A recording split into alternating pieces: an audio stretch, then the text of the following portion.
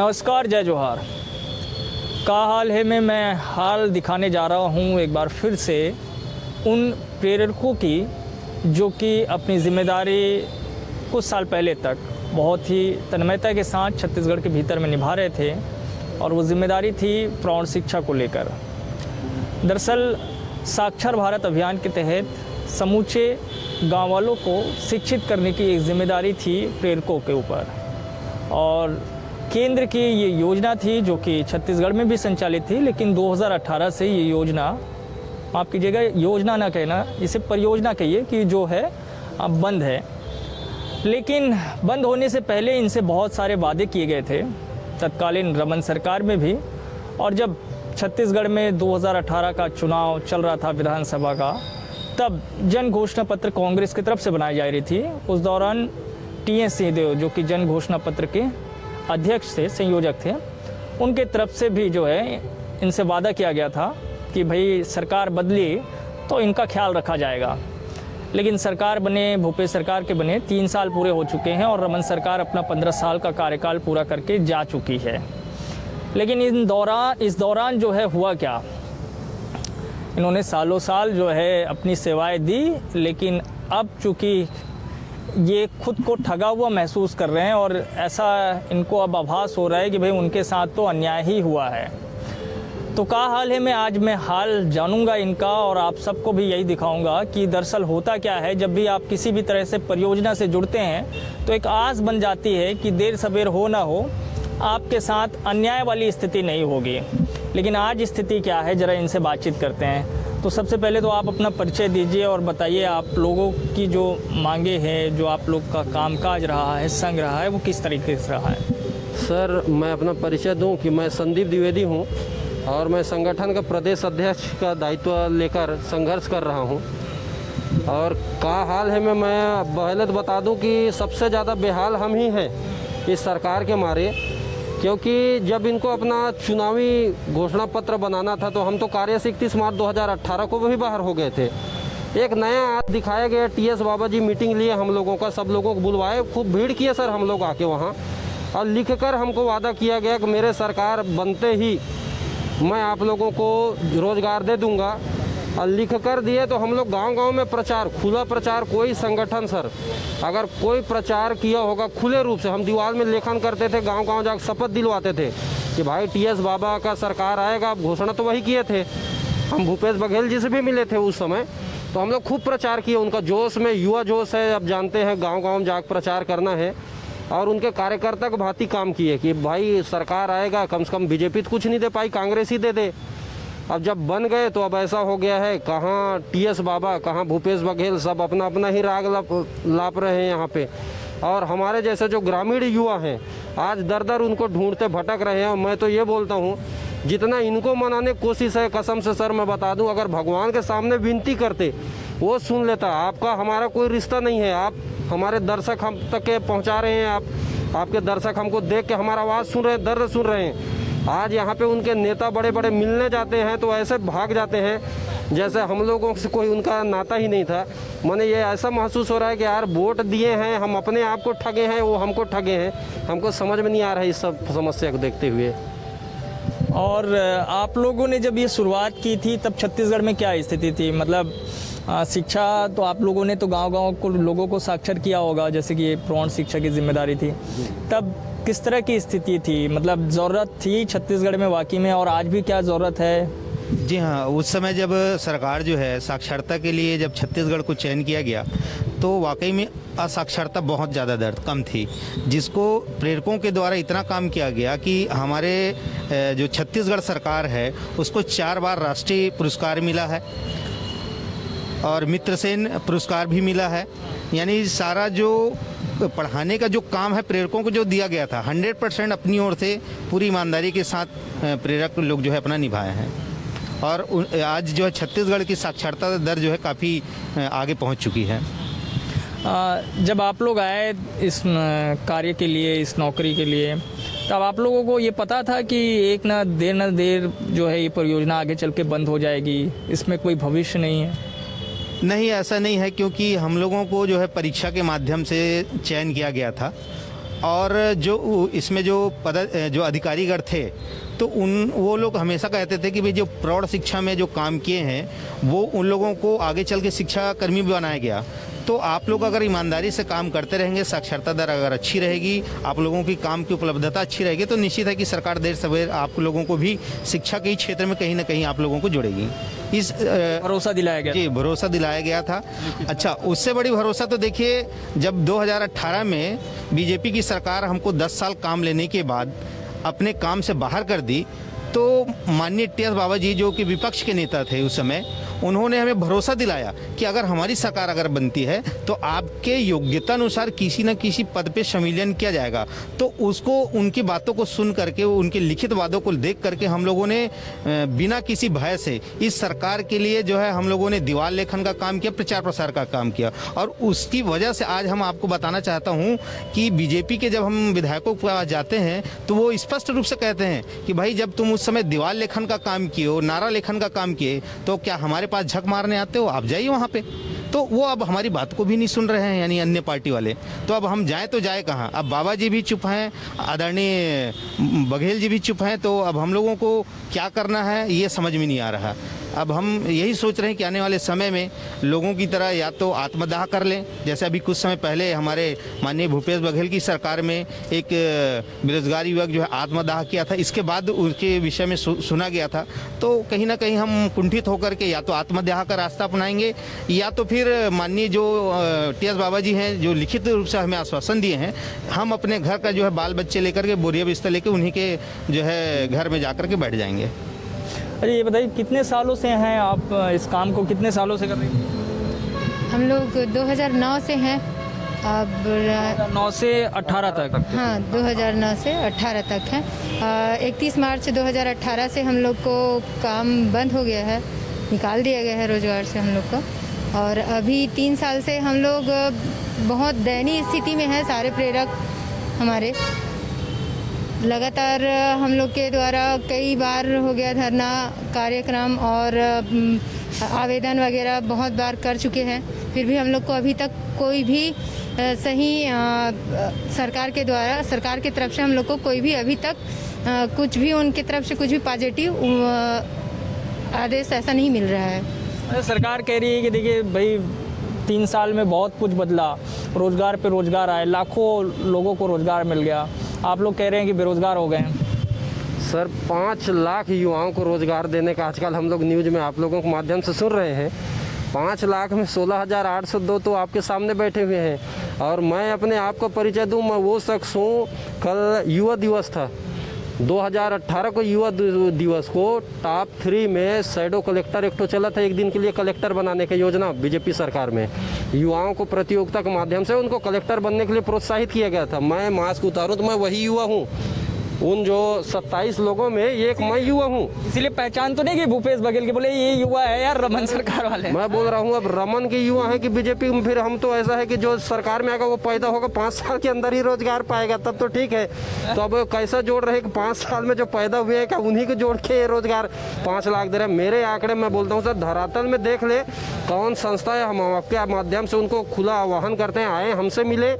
ये 5 लाख रोजगार क्या है? रोजगार का मतलब है कि जो योग्यता उसके अंदर निहित है, वो पढ़ा लिखा है, उसके स्वरूप में उसको रोजगार मिले।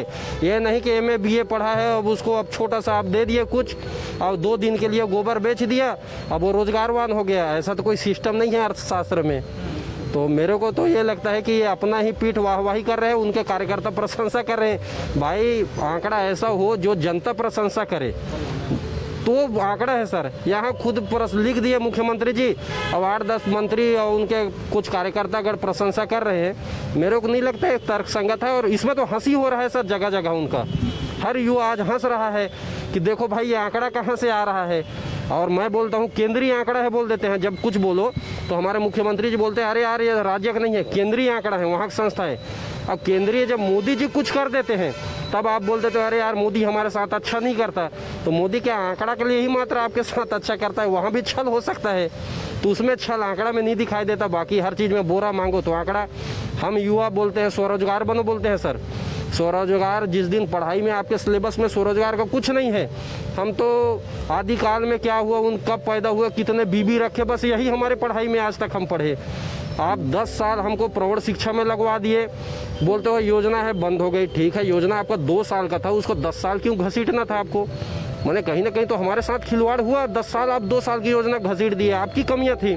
आप फिर सपना आज झूठ क्यों बोले? पहले चीज़ है घोषणा पत्र, वचन पत्र, गंगा जल लेके कसम खाया गया। भाई आप ज़्यादा ना सही, यहाँ बहुत सारे लोग गंगा का मान रखते हैं, कम से कम उसका तो रख दें। अरे ज़्यादा ना सही, हमारे 16,802 में 8-10 हज़ार बचे हुए हैं, अरे 2-4-6 हज़ार का काम दे दें। आज एनजीओ को बहुत सारे काम मिल रहे हैं सर, एनजीओ वाले आते हैं बाहर से, बड़े बड़े काम ले रहे हैं, बड़े बड़े पेमेंट है उनके पास।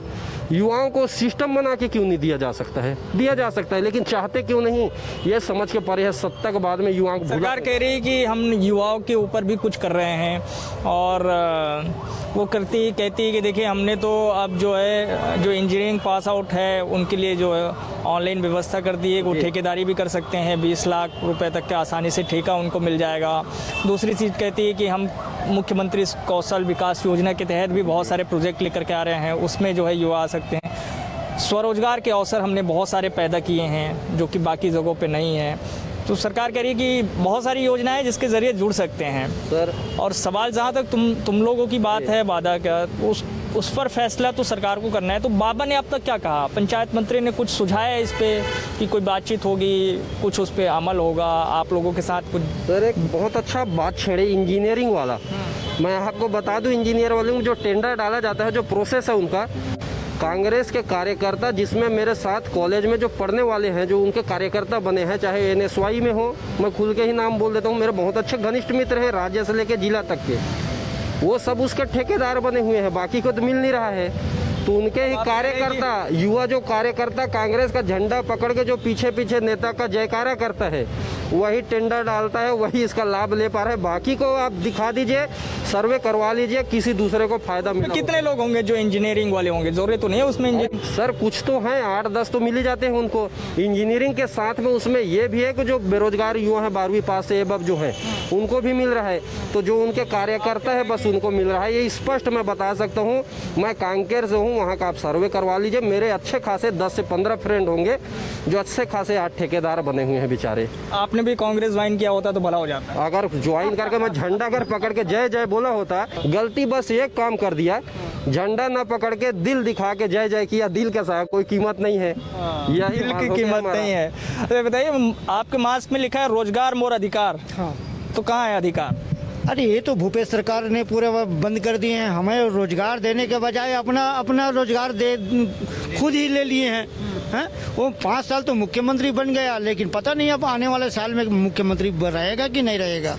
हाँ। अभी नहीं करना है अब दीवार लेखन? अब दीवार लेखन करना ही नहीं है, हैं भाई। पहले हम 5 साल उन्हीं के जो काम किए।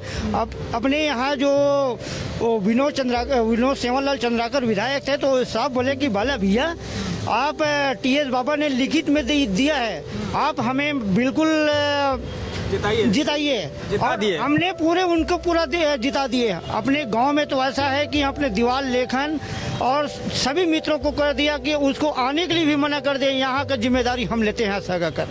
और पूरे हमारे जो महासमुंद जिले और पूरे छत्तीसगढ़ में हमारे 2 प्रेरक पंचायत में रहते हैं, और 2 प्रेरक के माध्यम से उनको इतना सारा वोट दिलाए हैं, और हमारी बदौलत वो आज काम था जो है बुजुर्गों को शिक्षा के लिए प्रेरित करना। हाँ। लेकिन आपने कहा कि यार सरकार बन जाए तो हमारी बड़ा हो जाए, लेकिन आपने उनको लिए प्रेरित कर दिया वोट के लिए। वोट के लिए वोट का बड़ा चोट हो गया लगा। जी बिल्कुल। TS बाबा एक वादा किए थे, और अभी मीटिंग हुआ था TS बाबा से, मैं बता दूं आपको। TS बाबा घर में हम लोग पहुंचे 10-15 लोग, अब आलिशान उनके कॉन्फ्रेंस कुछ दिखा भी रहे हैं। ये सर दीवार लेखन स्वयं किए हैं, ये दीवार लेखन, ये जो है खुद दीवार लेखन किए हैं। इनका कुछ जी मेरा तस्वीर है अपने पंचायत में। मैं इतना जोर शोर से कांग्रेस के लिए प्रचार किया था, कि दीवार लेखन के कारण से हमारे पंचायत अंतर्गत इतना मतलब वोट पड़े थे कि हमारे क्षेत्र के अंतर्गत हमारे चंद्रदेव राय, हमारे जो शिक्षाकर्मी संघ के अध्यक्ष थे, वो आज हमारे क्षेत्र बिलईगढ़ में वो विजयी हुए हैं और हमारी बदौलत हुई है और हमारे क्षेत्र की वजह से हुए हैं और मेरे लेखन की वजह से हुए हैं। वो देखिए वो बोल सकता हूँ। संसदीय सचिव हैं जी, संसदीय सचिव है, अपने क्षेत्र के अंतर्गत आता है। आप क्या हैं? कुछ सचिव उचिव बने कहीं के? नहीं, कोई सचिव वगैरह नहीं बना हूँ मैं। क्या सचिव भी नहीं बने? नहीं, पंचायत सचिव भी नहीं बना हूँ। हाँ। जी हाँ। और मैं अपने क्षेत्र से कहना चाहिए हम प्रेरक के रूप में दर दर हम लोग भटक रहे हैं, जो कि हमारे आज कांग्रेस के सत्ता एक पूर्ण बहुमत से बने हैं, उसके बावजूद भी हम यहाँ एक भीख मांगते नजर आ रहे हैं अपने जीवन यापन के लिए। बताना चाहूँगा मैं, जब उनके घर पे हम लोग 10-15 लोग बैठे तो बोलते हैं यार आंदोलन करो। हम बोले 3 साल से जिसके घर में खाने को लाला पड़े हैं कहाँ से चंदा करें, या तो आप ही कुछ पैसे दे दीजिए, उसी से आंदोलन करते हैं। आप सत्ता पे बैठ के यहाँ पे भूपेश खेमा में जाएं तो वो बोलते हैं आप आंदोलन उनके खिलाफ करो, उनके पास जाओ तो वो बोलते हैं उनके करो। हम गरीब लोग कहाँ जाएं? आज युवा आंदोलन करके पूरा वर्ष भी जाएगा, पंडाल पे पंडाल सजा हुआ। मंत्री जी खुद कह रहे हैं आंदोलन करो। मंत्री जी लोग बोल रहे हैं भाई आंदोलन करो। विधायक लोगों को घर में जाते हैं सर, मेरे पास 50 विधायकों का अनुशंसा है, जिसके पास जाते हैं बोलते हैं यार आज चुनाव का टाइम हाईलाइट हो, उसके बाद में तुम्हारे बारे में विचार किया जाएगा। अब कैसे हाईलाइट हो, कपड़ा तो उतरते जा रहे हैं पूरे। तो इस सिचुएशन में आंदोलन करके ही ऐसा मिलना था, तो बता दिए होते, फिर प्रचार काहे किए होते। आइए जरा पूछते हैं जी, आप भी रहे प्रेरक? जी मैं हूँ अभी। हैं अभी भी? बेरोजगार प्रेरक। तो अभी क्या करते हैं? मतलब आप क्या प्रेरित करते हैं? मतलब शिक्षा के लिए तो करते नहीं होंगे, तो किसके लिए करते हैं आप? अभी अपने लिए लड़ रहे हैं, रोजगार पाने के लिए। तो अपने जैसे जो है बेरोजगार लोगों को प्रेरित करते हैं, ऐसा ही समझ लो आप। अभी हम लोग खुद बेरोजगार हैं, अपने लिए लड़ रहे हैं, अपने साथी के लिए 16,802 प्रेरक के लिए लड़ रहे हैं। तो इन सालों में कितने साल आपने इसमें काम दिया? कितने साल आपको लगा? 10 साल काम किया। 10 साल में कुछ नहीं मिला? 10 साल में कुछ नहीं मिला। 2000 हम लोगों का मानदेय था, उसी में शुरू हुआ, उसी में ख़त्म हो गया। और आज की स्थिति में हम लोग अपने हक की लड़ाई के लिए लड़ रहे हैं। लगा नहीं कि यार 2000 में तो कोई बात बनेगी नहीं, पता नहीं इसका कोई भविष्य है, कोई दूसरा काम किया जाए? उस समय कभी विचार नहीं आया? तब क्या लगता था? नहीं, आश्वासन मिलता था कि इसमें लगे रहो, देर सवेर आप लोगों का बिल्कुल प्रमोशन होगा। बीजेपी गवर्नमेंट थी उस समय, रमन सिंह भी घोषणा पत्र में डाले थे कि अपन शिक्षाकर्मी में योग्यता अनुसार आप लोगों को लेंगे करके। शिक्षा कर्मी का भरोसा दिला के जो है काम कराते रहे। जी लगे रहो, मुन्ना भाई टाइप के लगे रहे जी। और अभी भूपेश TS बाबा जी भी पूरा आश्वासन दिए थे कि हमारी सरकार बनेगी 3 महीने के अंदर आप लोगों को रेगुलर रोजगार देंगे करके, और आज उनका सरकार 3 साल हो गया। बाबा के घेरे में आ गए सब? जी आ गए जी। तो बाबा ने कुछ चलाया, फिर जादू मंत्र कुछ किया? कुछ नहीं किया? कुछ नहीं किया, बस आश्वासन दे रहे हैं होगा करके, लेकिन अभी तक कुछ नहीं हो रहा है। आप तो जो है काफी जो है सर लग रहे हैं, उम्र काफी आपने समय दिया होगा, आप अनुभवी आदमी, आप किस भरोसे में आ गए इधर? बस यही शासन प्रशासन का जो वादा था उसी वादे के हिसाब से अपन काम करते आ रहे हैं और किए। अंत में हम लोगों को 2018 में पद से पदच्युत कर दिया, बेरोजगार कर दिए गए। और जब ये बाबा जी लोग आए चुनावी समय में, ते लोग अपने घोषणा पत्र में भी वादा में लिखित में दिए कि हम यदि हमारी सरकार आ जाती है, बन जाती है छत्तीसगढ़ में, आप लोगों को शिक्षा विभाग में किसी भी प्रकार से योग्यता के आधार पर संविलियन किया जाएगा। लेकिन आज तक के किया नहीं। इसी परिप्रेक्ष्य में हम लोग भाग दौड़ इधर उधर, इस विधायक, उस मंत्री, उस नेता के पास अपनी अधिकार को मांगते हुए भटक रहे हैं। तो इस दौरान आप आइए इस तरफ आइए थोड़ा। इस दौरान आपने जो है, चूंकि आपके परिवार वाले लोग भी सफ़र करते रहेंगे, संघर्ष करते रहेंगे, उन्होंने कभी मतलब कुछ सोचा नहीं, मतलब बोले हो यार छोड़ो, रहने दो झंझट, दूसरा कोई काम धंधा देखो? ऐसा तो नहीं, क्यों? चूँकि हम लोगों को विश्वास दिलाया जाता रहा और उसी विश्वास के आधार पर हम लोग आगे काम करते रहे। और छत्तीसगढ़ शासन के ऐसा कोई भी योजना, ऐसा कोई भी काम नहीं था जिसको हमारे प्रेरक साथियों के द्वारा नहीं किया गया। सभी को अच्छा से किए। आपका काम था प्रौढ़ जो है, बूढ़े लोगों को जो है शिक्षित करना जो है, लेकिन आप लोगों को दूसरा काम भी कराया। बिल्कुल। सरकार की सारी योजना भी आप लोगों को देखते रहे? पूरा योजना हम लोग किए ऐसा कोई योजना नहीं है जिसको हमारे साक्षर भारत के प्रेरकों के द्वारा नहीं कराया गया है। मतलब जैसे क्या? भारत मिशन में सबसे छत्तीसगढ़ में पहला जिला ODF हुआ था मुंगेली जिला, और मुंगेली जिले में पूरे प्रेरक को लगाए थे वो स्वच्छ भारत मिशन में। और अब आप सब प्रेरित करते रहेंगे, अरे भैया बाहर नहीं जाना है, शौचालय में जाए, जाकर सवेरे 4 बजे से सीटी बजाना पड़ता रहा। जी सवेरे 4 बजे से उठ के रात को 8 बजे घर आते थे। अब बताइए जरा ड्यूटी कहाँ कहाँ लगवा दी है आप लोगों की? और जन धन योजना खुलवाने में क्या बोलते हैं उसको, मृदा प्रशिक्षण और उज्ज्वला योजना, ये सब में हम लोग काम किए हैं। जिससे गांव की तरक्की हुई वो सब की है, लेकिन आप लोगों की तरक्की नहीं हुई। नहीं, हम लोग तो यहाँ तक कि राशन कार्ड सत्यापन से लेकर पंचायत में ODF कराने में हम लोगों ने अहम भूमिका निभाए हैं। और हमारे जो पंचायत में ऐसा कोई काम ऐसा अछूते नहीं हैं ताकि प्रेरक लोग न किए हों। यहाँ तक हमें मतलब शौचालय निर्माण करवाने में हम लोगों को सहायक सचिव नियुक्त किया गया था। सहायक सचिव मतलब सचिव के नीचे एक सहायक बना दिया गया था। उसके बाद फिर हटा भी दिया। तो मतलब जब चाहे तब आप लोगों का उपयोग करते रहे। क्या हुआ तेरा वादा, वो कसम वो इरादा। TS बाबा जी को, भूपेश बघेल जी को ये गाना समर्पित करते हैं हम लोग। अब आस ये है कि आप दे दीजिए, क्योंकि लिख कर देने से भूलेगा। उसके आगे की लाइन भी तो बता दो। अरे उसके बाद ये है सर कि जो वादा किया है वो निभाना पड़ेगा, वरना जहाँ से आए हो वहीं आपको जाना पड़ेगा। युवा बोल रहे हैं। जी आप कुछ कह रही थी? जी 2 लाइन काफ़ी है बोलने सर। 2 लाइन काफी है? 2 ही लाइन काफ़ी है सर, समझ जाएंगे इतने में। सरकार को इशारा काफी। 2 लाइन लिख के दीवालों पे 2 लाइन लिख के आप लोगों ने लाइन उनकी बड़ी कर। सरकार बना दी है तो 2 ही लाइन, अब 2 ही लाइन उन लोग भी हमारे लिए लिखे हैं। अगर प्रेरकों को ले 2 ही लाइन में तो शायद सरकार बनी रह जाए, वरना जो बना सकती है वो बिगाड़ भी सकती है। बोलने की जरूरत नहीं है, शायद वो भी समझ ही सकते हैं।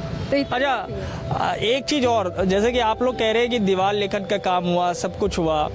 अब एक बात और कह रहे हैं कि भाई बीजेपी वाले हमसे नाराज़ हो गए हैं। मतलब आप लोग जो है एक तरीके से दल वाले के रूप में जो है पहचान हो गए हैं। आपको कार्यकर्ता समझे या कुछ और समझे, इस तरह की पहचान आप लोगों की हो गई है।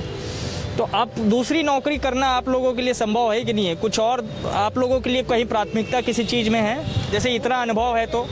देखिए सर, अगर सरकार अगर चाहे तो अभी किसी भी विभाग में हम जितने लोग हैं सब D.Ed B.Ed भी हैं और कंप्यूटर D.Ed B.Ed है। हाँ, D.Ed B.Ed भी हैं हमारे जो है संगठन में काफ़ी लोग जो हैं। और जो है टेट परीक्षा भी कुछ लोग तो पास करके बैठे हुए हैं, और कुछ लोग जो है आपका जो कंप्यूटर में भी एक्सपर्ट हैं।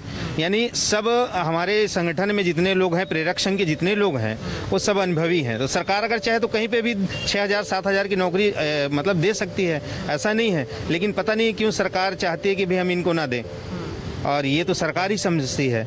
जबकि आदरणीय जोगी जी, जो कि अब बीच में तो नहीं है, लेकिन उन्होंने भी इस बात को विधानसभा में रखा था कि भाई इनको जो आपने वादा किया है राजा जी, तो कम से कम पूरा कीजिए। तो वहाँ पे आदरणीय बाबा जी बोले थे कि जो वादा किए वो निभाएंगे। तो अब हो सकता है कि और हमारे कुछ साथी जो है मर जाएं, इसके बाद ही शायद वो निभाएं, ऐसा सोच रहे हैं। बहुत सारे साथी आप लोग के चले गए इस संघर्ष के दौरान। जी अभी कोरोना काल में काफ़ी ऐसे हमारे साथी थे जो आर्थिक रूप से इतने सक्षम थे, जो दवाई नहीं करवा पाए, और उसकी वजह से वो जो है ख़त्म भी हो गए। और आपको मैं बताना चाहूँगा कि 2,000 रुपये जब हमारे प्रेरक साथियों को मिलता था, शायद हमारे जो नेता मंत्री हैं 2,000 उनके लिए कोई मायने नहीं रखता हो, लेकिन हम उस 2,000 में ही हमारे प्रेरक साथी अपने जीवन यापन को 10 साल तक बिता दिए। और 2,000 जाने के बाद इतने हताश और निराश हो गए कि आज जो है क्या करें और क्या ना करें की स्थिति हो गई है। लोग तो यहाँ पे रोजगार गारंटी तक में भी हमारे प्रेरकों को अगर चाहते तो उसमें भी प्राथमिकता दे करके जो है रख सकते थे। मनरेगा में बात आई कि बहुत सारे लोगों को मनरेगा में काम दिया गया, तो आपके यहाँ से कभी इस तरीके से, चूंकि उसमें सुपरवाइजर या ग्राम सहायक, रोजगार सहायक इस तरह के काम करते थे हम लोग रोजगार गारंटी योजना में। हाँ, मेट का काम किए उसमें भी। वो सीमित वक्त कार्यकर्ता कार्य का काम चलता था तब पैसा मिलता था, अन्यथा फिर खत्म। हाँ बस। तो काम पर्याप्त रहा उस दौरान, स्वरोजगार रहे? बहुत काम किए सर। प्रेरक पद में रह के हम लोग गाँव में स्वच्छता है, शौचालय बनाना है, जन धन योजना खुलाना है, पेंशन दिलाना है, किसी को पेंशन पास कराना है। तब तक हम लोग लेके दौड़ के उनको जनपद तक जाते थे, पंचायत में उनका वृद्धा पेंशन, विधवा पेंशन, जो भी पेंशन था उनको सब हम लोग मेहनत। मैंने देखा कि बहुत सारे पंचायतों में कार्यालय सहायक जैसे कुछ पद भी पंचायत अपने स्तर पर रखते, तो उस तरीके के पद में नहीं है आप लोग? कोई पद में नहीं है सर, अभी तक हम लोग को कोई पद में नहीं लाया गया। अभी भी सृजन अगर करना चाहते हैं पंचायत में, सह सचिव का पोस्ट अभी खाली है, उसमें भी डाल सकते हैं हम लोग को। क्योंकि पोस्ट के बीएलओ का कार्य किए, मतदाता सूची में नाम काटना जोड़ना, उसमें भी हम लोग कार्य किए हैं। अगर उसमें डालना चाहते हैं सरकार अभी भी हम लोग उसमें रख सकती है। ये एजुकेशन टीचर लोग ही करते हैं, तो टीचरों की जगह में टीचर को अन्य कार्य न दे के उनको शिक्षा विभाग में ही कार्य करवाया जाए और हमारे जैसे बेरोजगार युवकों को उनके उपयोग किया जाए। ये बात है कि जो छत्तीसगढ़ को आगे लेकर के गए, जिन्होंने 4 बार तक जो है प्रथम पुरस्कार दिलाया साक्षरता में, वही आज जो है पीछे रह गए हैं। जिन्होंने गांव-गांव में जो है लोगों को साक्षर किया, वो आज खुद जो है असाक्षर की तरह अपने आप को महसूस कर रहे हैं, क्योंकि उनके पास तमाम शिक्षा होने के बावजूद, तमाम अनुभव होने के बावजूद कोई रोज़गार नहीं है। और बात ये भी है कि अगर सरकार ने वादा किया था तो फिर वो वादा पूरा क्यों नहीं किया जा रहा है। और बात ये भी है कि अगर सरकार कह रही है कि वाकई में जो है छत्तीसगढ़ में 5 लाख तक युवाओं को रोज़गार मिला है, तो फिर वो अनुभवी लोग क्यों पीछे रह गए हैं जो कि इस काम को आगे बढ़ाते रहे हैं। और सवाल इस बात को लेकर के भी है कि चूँकि अभी सरकार के 2 साल बचे हुए हैं, तो इन 2 सालों में क्या इन प्रेरकों के साथ न्याय हो पाएगा? का हाल है में आज के लिए इतना ही, लेकिन बाकी खबरों के लिए आप देखते रहिए News 24 मध्य प्रदेश छत्तीसगढ़। धन्यवाद।